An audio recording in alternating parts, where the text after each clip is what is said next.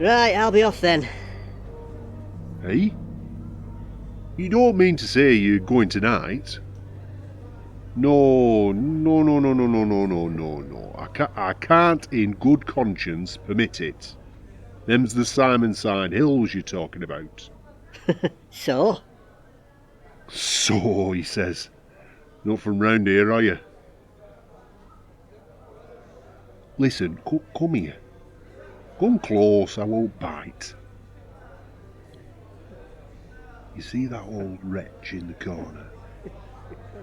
One rocking back and forth, muttering away to himself. Well, let's just say he wasn't always like that. Still watching.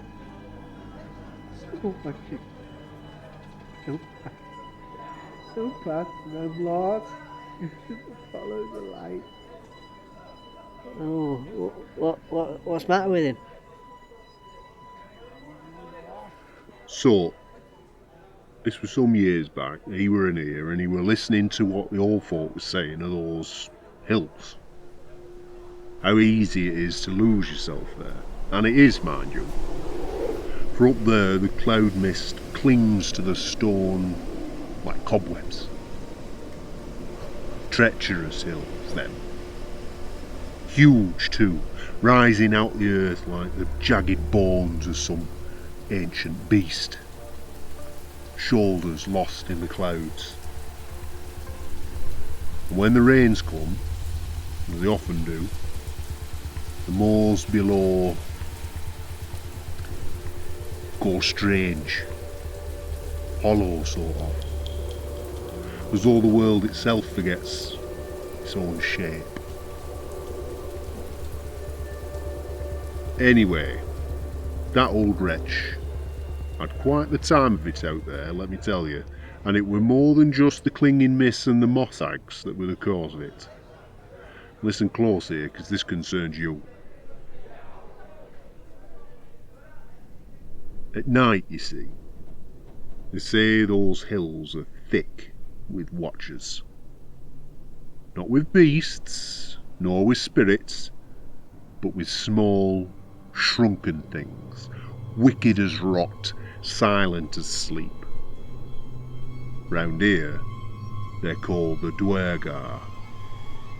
Misshapen dwarfs with lantern-like eyes and skin like slate and withered bark. Foul things they are, and they hate mankind and will do their utmost to lead you astray and kill you dead if they can. Rubbish. I'll be fine. You get up there tonight, son, and mark my words, you'll take a wrong turn, then you'll see a flickering light. You'll hear a soft voice where no voice should be. And then, when it's too late, you're in the mire. In the moss hag, the slow suck of the bog beneath your feet. Oh, you'll call for help, but no one will come. No one will hear you. Except them. And they'll just watch you sink. Now in the old times folk would listen, but nowadays you young'uns imagine yourselves above the old terrors. That certain gentleman, alone in the corner there, was a brave young man once. Now look at him. All because one night he went out to prove these tales are nonsense. Lost. He'd heard the strange calls in the wood, you see. What the locals said was proof of bogles, yet revealed by his hand, so he says, to be nothing more than a shrieking owl. So too, he said, would he unveil the Duergar for what they were. Shadows and bad dreams. Utter nonsense. And so one night he wraps himself up in his thick cloak, takes up his old staff, and strode out into the moors. All alone he was. Still is. Look at him, poor bugger. He guessed that hours had passed, but there were no moon to measure by. No wind neither. Only the quiet crunch of dead bracken underfoot. It wasn't long before he felt the weight of unseen eyes upon his back, like he were being watched from behind a curtain. Nothing more than that, you know. There's nothing out there, he sneers to himself, and then, in a moment of pure arrogance, he decides to tempt fate itself. And what did he shout, kidder? Oh, Pat, I'm lost. Lost, damn it all. That's right, you did, you daft sod. Look where that got you. That's pretty much all he'll say nowadays. Anyway, his voice echoed through the empty hills like a toll of a cracked bell. And then, of course, something answered. A light, flickering faintly and dim as breath on glass, glowed ahead.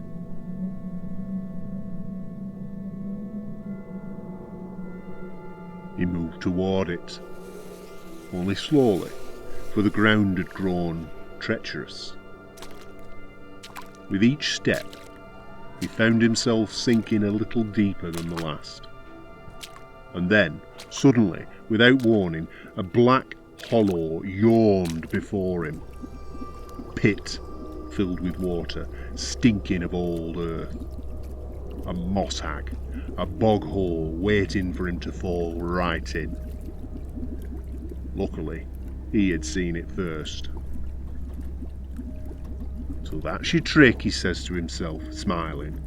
And so with that he throws a large stone into the pit. It struck with a hollow splash, and in an instant the light vanished. They think me drowned, he says to himself. How quaint. But his curiosity, of course, had poisoned him, and he cried out once more. What was it you cried out there, pal? But I am lost. Lost. That's right, you did. The lights lied. They lied to me. This time, there were no glow in the darkness. They stepped out of the dark. 3 of them. Small, yes, but wretched. Some bearing torches whose flames burned with an unnatural stillness. Some carrying vast, heavy clubs. Their faces were gnarled and obscene, with sunken sockets and smirking mouths that curled with malice. Oh, he turned to flee, of course, but there were more behind him. Their torches bobbing like corpse lights, their clubs raised high. Each face was worse than the last. He swung his staff wildly. Struck one down, he thought, but there were no resistance. Naught solid to hit at. Only the feeling of shadow collapsing into shadow. My name. They knew my name. No.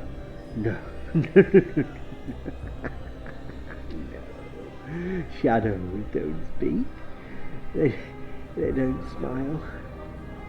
Shadows don't have teeth. And then things got really bad. They came from all sides now, crawling over the moor like a plague. Dozens, hundreds maybe.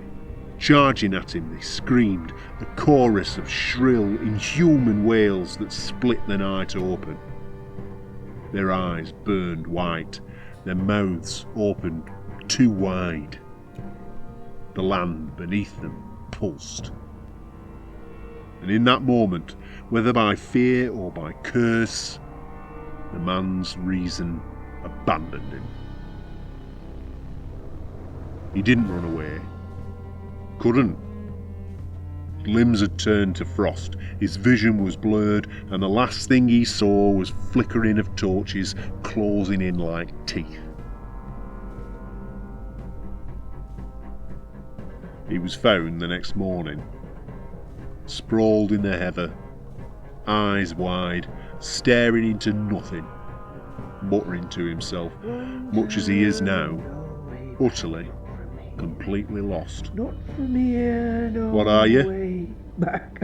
I'm lost. Yes, you are. He went looking for shadows, but it were the shadows what found him first.